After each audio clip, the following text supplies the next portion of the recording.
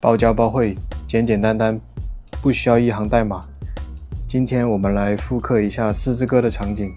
非常感謝神秘人空投的素材：3個苔蘚、4個小植物、2個岩石。平台是用這種有碰撞檢測的純黑瓦片繪製的。第一步，把靜態的素材以 Sprite 2D 為容器，一個一個的直接擺到黑色瓦片的表面，就像這樣。為了讓畫面不單調，我會對它們進行一些隨機的縮放和旋轉，增加一點差異。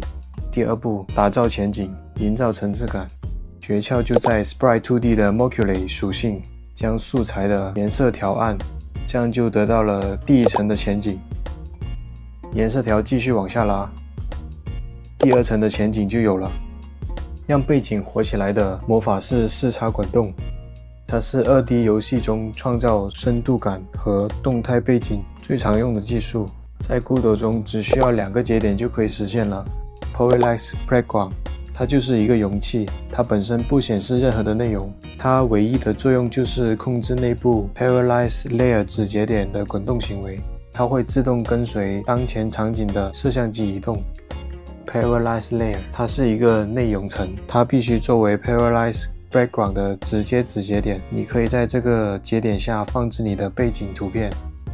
它最重要的屬性是 Motion Scale， 這個屬性決定了該圖層相對於攝像機的移動速度，從而創造出視差的效果。數值越小，移動速度就越慢。我分別為這2個 Parallax Layer 設置了不同的 Scale X 數值。同樣的方法，我又創建了一個視差背景。現在的場景已經有點意思了，但是還是少了一點靈魂，應該來一點氛圍光照。首先，需要在場景中添加一個 Canvas Moculate， 它就像是給你整個2D 遊戲戴上了一副有色的眼鏡，它可以快速的將所有東西都變成統一的某種色調。我將它調成了一種紫色帶點灰的顏色，然後需要在角色的身上添加一個光源，作為跟隨光源。為了做出柔和的邊緣，我們需要給它一個特殊的漸變紋理。接下來設置一下這個紋理，把左邊的滑塊調成白色，右邊的滑塊透明度調整為0。中間添加一個滑塊，將它的顏色調成灰色。紋理的尺寸也需要調整一下。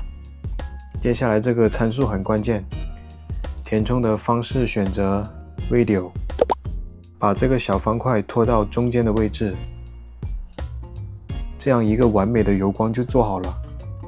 紋理的大小需要調整到一個合適的數值，以覆蓋場景中所有的物體。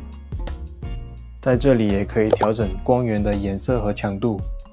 混合模式建議調整為 Mix。OK， 我們最後再來看一下成品的效果。角色移動、前景、中景、背景都可以以不同的速度滾動，氛圍光也很完美的跟隨，是不是有那味兒啊？上期說是要用有線狀態機重構腳本的，但是覺得做成視頻有點無聊。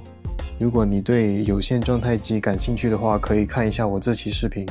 如果覺得視頻還不錯，給我點個讚，你們的支持是我最大的動力。我們下期再見 ，See you。